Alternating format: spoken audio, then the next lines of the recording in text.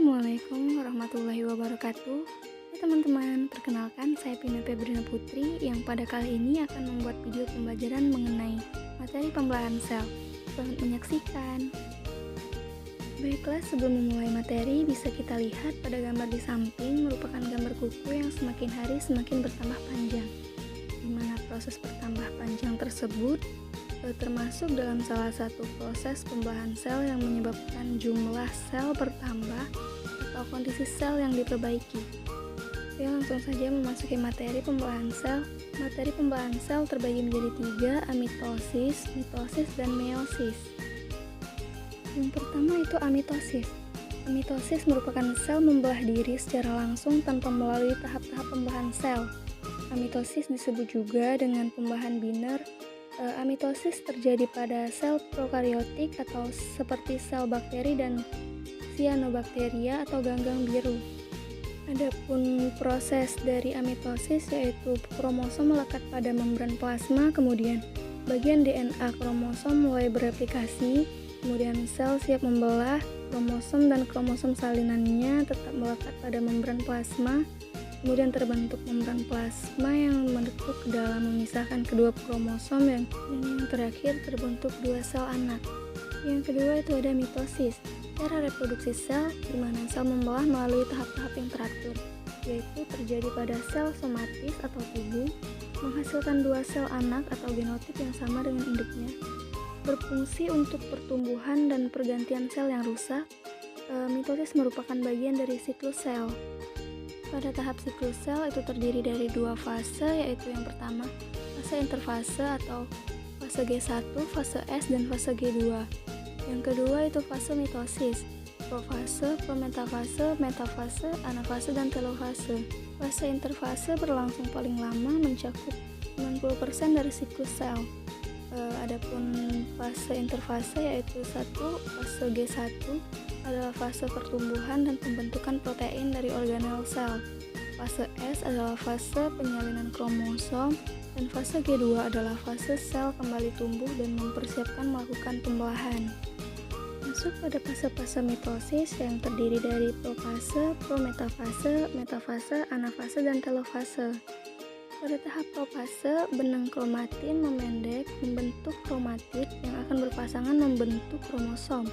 Membran nukleus mulai menghilang. Pada tahap selanjutnya itu prometafase, membran nukleus berfragmentasi sehingga mikrotubula dapat masuk ke nukleus. Kromatid dari setiap kromosom memiliki kinektor yang terletak pada sentromer. Kemudian mikrotubula akan melekat pada kinektor kromosom. Selanjutnya tahap metafase. Mikrotubula terlihat jelas dan kromosom terletak pada daerah ekuator. Kromosom masih terdiri atas dua kromatid yang terkait pada sentromer.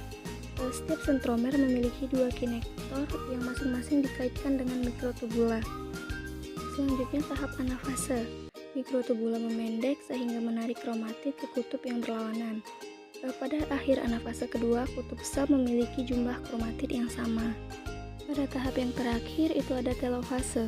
Pada tahap telofase berlangsung sitokinesis yang memisahkan sel menjadi dua anak.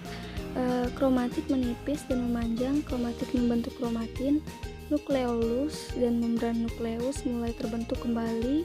Yang terakhir, tahap akhirnya nukleus terbentuk sempurna dan terbentuk dua sel anak identik. Masuk pada tahap yang terakhir yaitu meiosis.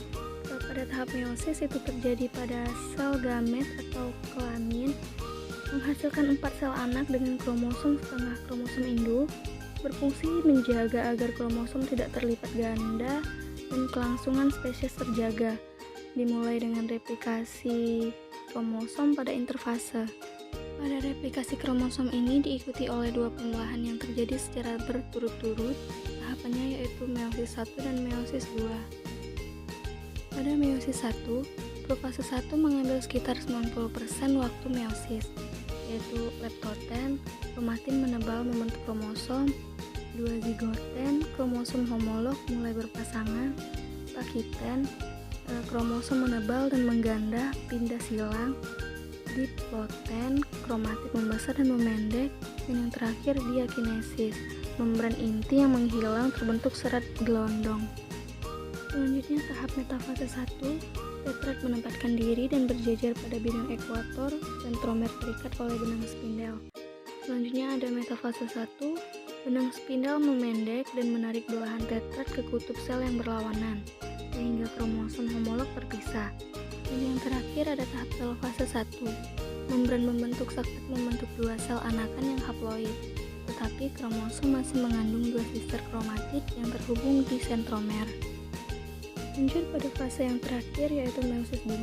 Pada meiosis 2 itu terdapat tahap fase 2. Benang kromatin berubah menjadi kromosom, nukleus dan membran inti menghilang.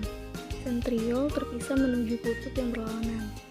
Serat gelondong terbentuk di antara dua kutub pembelahan. Kemudian ada tahap metafase 2. Kromosom bergerak menuju bidang ekuator dan berjejer. Yang ketiga itu tahap anafase 2. Kromatid berpisah dari homolognya dan bergerak menuju kutub berlawanan. Kemudian tahap terakhir itu telofase 2. Kromosom berubah kembali menjadi benang-benang kromatin, nukleolus dan membran inti mulai terbentuk, serat gelondong menghilang.